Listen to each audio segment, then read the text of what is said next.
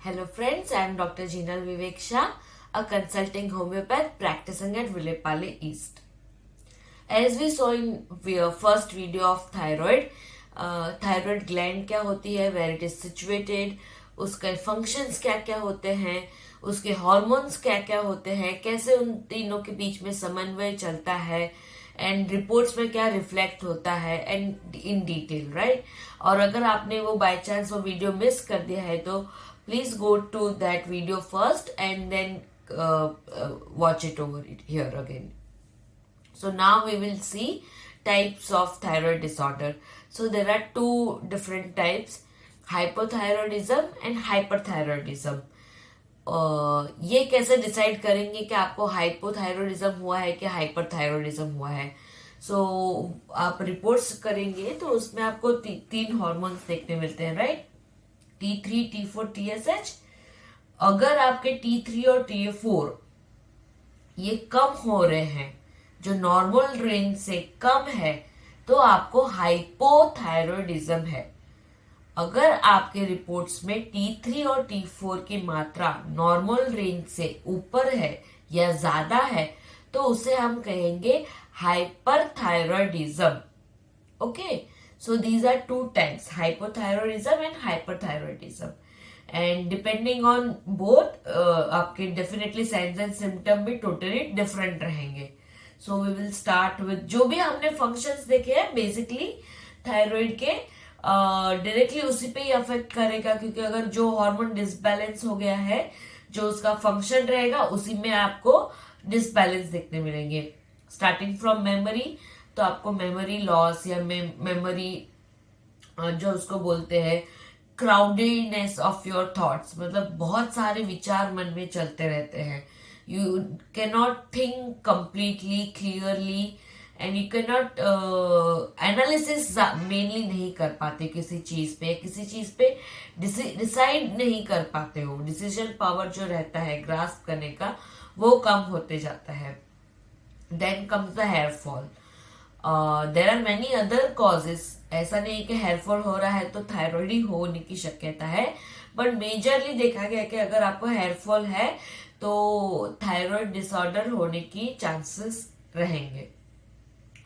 Vision, तो जैसे कि आपका फेस में कंप्लीटली दिखे, तो अगर आपको हाइपोथायरॉयडिज्म है तो ये जो अंदर के नीचे की है ना, puffiness of your eyes, blurriness, तो पफीनेस होगा, फेस स्वेलिंग हो जाएगा, वाटर इम्बाइबिंग नेचर हो जाएगा कि वाटर रिटेंशन होने लगेगा, तो उसकी वजह से फेस जैसे स्वेलिंग आ गई है, बड़ा सा आपको फील होने लगेगा and puffiness and swelling bagging under your eyes ऐसे देखने मिलेंगे।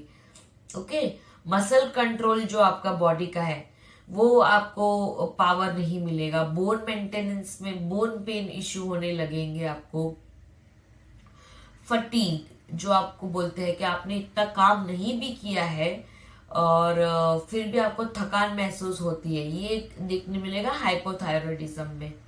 ओके, हाइपोथायरॉयडिज्म में सब कुछ स्लो स्लो होने लगता है, जैसे आपका मेटाबॉलिज्म स्लो होने लगता है, आपकी थिंकिंग की कैपेसिटी स्लो हो जाती है, आपको स्लो मतलब डल फीलिंग होने लगती है, डिप्रेशन फीलिंग होने लगती है, और आपका मेटाबॉलिज्म स्लो होने की वजह से कॉन्स्टिपेशन होने लगता है, वेट गेन होने लगते हैं, right.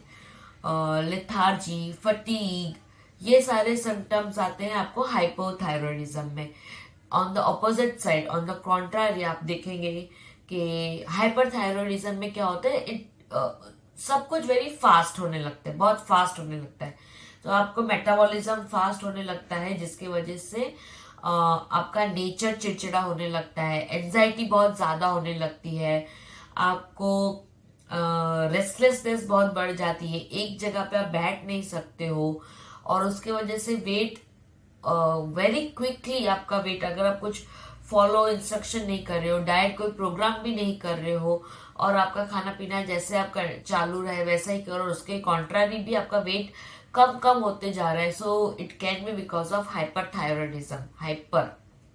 Okay, and body temperature में देखा गया है कि हाइपरथायरॉयडिज्म जिसमें होता है उनको बहुत गर्मी फील होने लगती है and they sweat very much, बहुत पसीना आने लगता है, गर्मी फील होने लगती है, हेयर फॉल होने लगता है, एंजाइटी और टेंशन, हाइपर एक्टिविटी देखने मिलती है। एंड स्पेशली इन वुमेन अगर आपको हाइपोथायरॉयडिज्म है तो आपका जो मेंस्ट्रुअल फ्लो है वो का या फिर लंबा चलेगा या फिर फ्लो ज्यादा जाएगा, और on the contrary hyper thyroidism में फ्लो कम हो जाएगा या फिर उसके डेज कम हो जाएंगे या फिर फ्लो कम होते जाता है ब्लीडिंग का, राइट।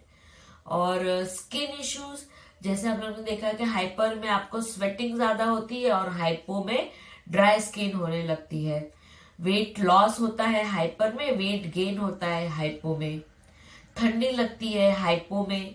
आपको बॉडी टेम्परेचर जो हमने डिस्कस किया था फंक्शनिंग में, तो बॉडी टेम्परेचर में क्या होता है, ड्राई स्किन होने लगती है, उसकी वजह से आपको बहुत फीलिंग कोल्ड हाइपो में होता है एंड इधर स्वेटीनेस हो जाता है हाइपरथायरॉयडिज्म में।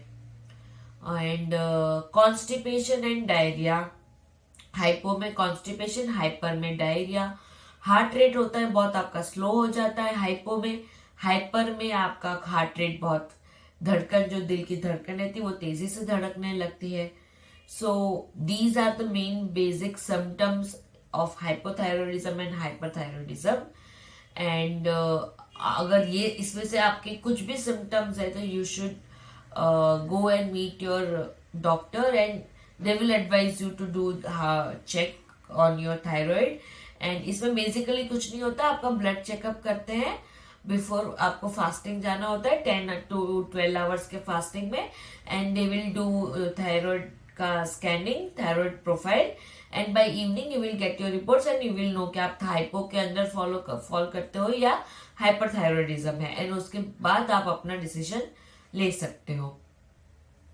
सो आगे जाके हम देखेंगे कि what are the treatments available in homeopathy for thyroid disorder, कैसे हम आगे होम्योपैथी से थायराइड को बैलेंस में कर सकते हैं। We will see in the next part of this video series of thyroid.